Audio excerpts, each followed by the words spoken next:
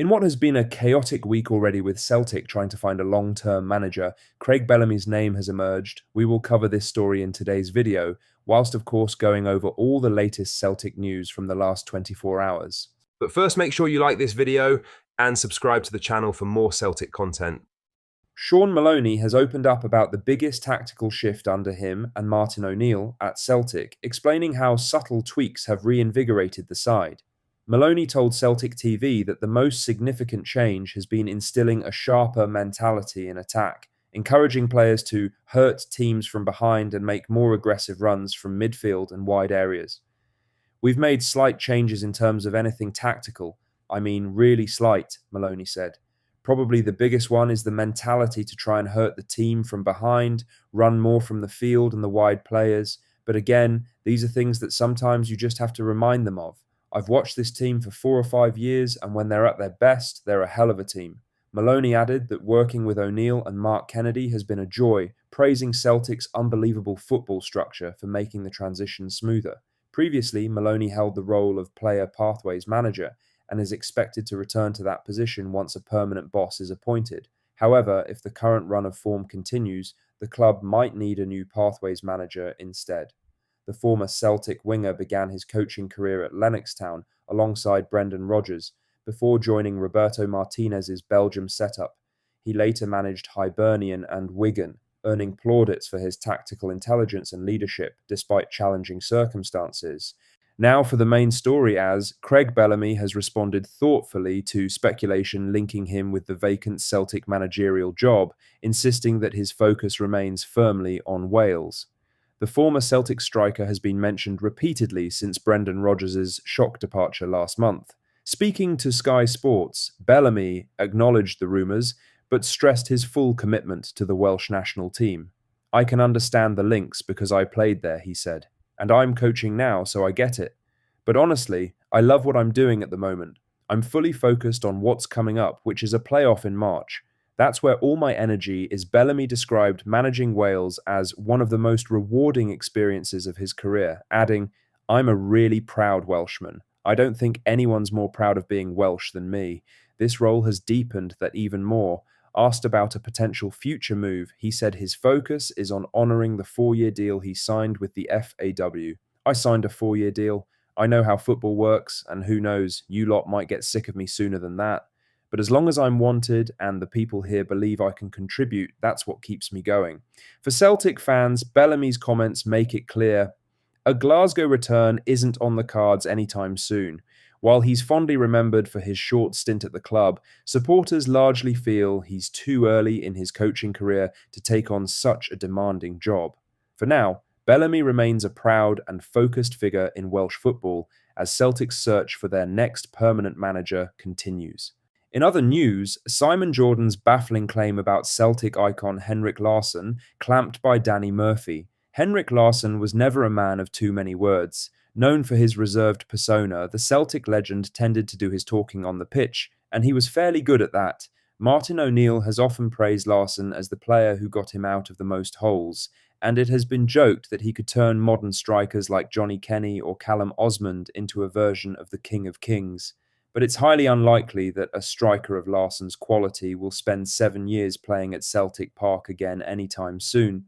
His impression came from what he did on the pitch, but Simon Jordan had something to say about his character. During a discussion on TalkSport about Erling Haaland's recent admission that he's nowhere near Lionel Messi or Cristiano Ronaldo, the conversation moved to Scandinavian players. Danny Murphy said, "Another thing is, and I don't know if you've heard about this, but the amount of Scandinavian players I've played with, it's a trait in all of them. They are down to earth. Norwegian, Swedish, Danish, I can't think of one." Jim White interjected, "Zlatan." Murphy laughed. "Good shout, yep." "Good shout," Jordan then said. "Henrik Larsson was not backward in coming forward either."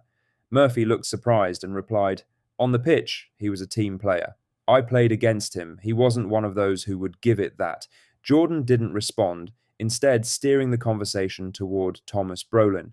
Larsson became Celtic's first ever Swedish player in 1997, later joined by Johan Mjällby, who spent 7 years at the club before returning as Neil Lennon's assistant. Mikael Lustig became Celtic's most decorated overseas player and a fan favourite, while Benjamin Nygren is the current Swedish representative. Other Swedes to wear the green and white include Carl Starfelt, Daniel Majstorovic, and John Guidetti. In other news, Udinese boss demands more of Lennon Miller in blunt message after Celtic summer interest. Lennon Miller, long linked with a move to Celtic, has been sent a strong message by Udinese manager Costa Rundjik after a mixed start to life in Serie A. The 19-year-old midfielder, who joined Udinese from Motherwell in the summer, despite interest from Brendan Rodgers' side, has found minutes hard to come by in Italy. Though he scored in a Coppa Italia win over Palermo, he has yet to start a league game, making only 4 substitute appearances so far. After Miller's most recent cameo against Juventus, Runjik didn't hold back in his assessment. Lennon played a lot of football last season. I wanted to test him against Juventus because they're a great team. He could have done better. He lost a lot of balls, and that shows me he needs time to be 100% ready here. For a teenager adjusting to a new league, such criticism might seem harsh, but Runjik's words underline the challenge Miller faces breaking through abroad. Many in Scotland have wondered if Miller made the right choice by turning down Celtic, where competition for midfield places remains fierce.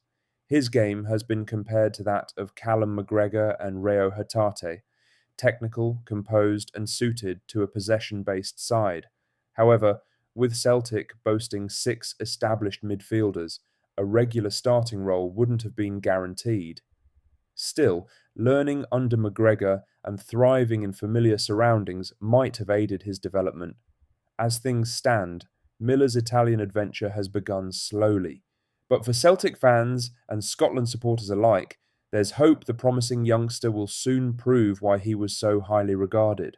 Lastly, Chris Boyd slams what he's hearing about Martin O'Neill at Celtic as he fires shots at Brendan Rodgers. Let's be honest, Brendan Rodgers leaving Celtic was the best thing to happen this season. Yes, many fans stand with Rodgers and his outspoken stance towards the board, but everything else had grown stale, and it showed in the performances. That was proven when Martin O'Neill returned to the Celtic Park dugout for the first time in 2 decades, bringing fresh energy to the club. However, how old-school coaches like O'Neill are being viewed in the modern game doesn't sit well with Chris Boyd. Boyd told the Warm Up podcast that managers like O'Neill are too often dismissed as dinosaurs because they don't conform to modern football's obsession with data and buzzwords. You would have said 73-year-old Martin O'Neill was outdated, that his time was gone, said Boyd, but he's come back and got a bounce out of a team that was really flat. That doesn't look great for Rodgers right now. What do you think of what we discussed in today's video? Let us know down in the comments section below. Make sure you've liked this video and subscribe to the channel for more Celtic content. Thank you, take care, goodbye.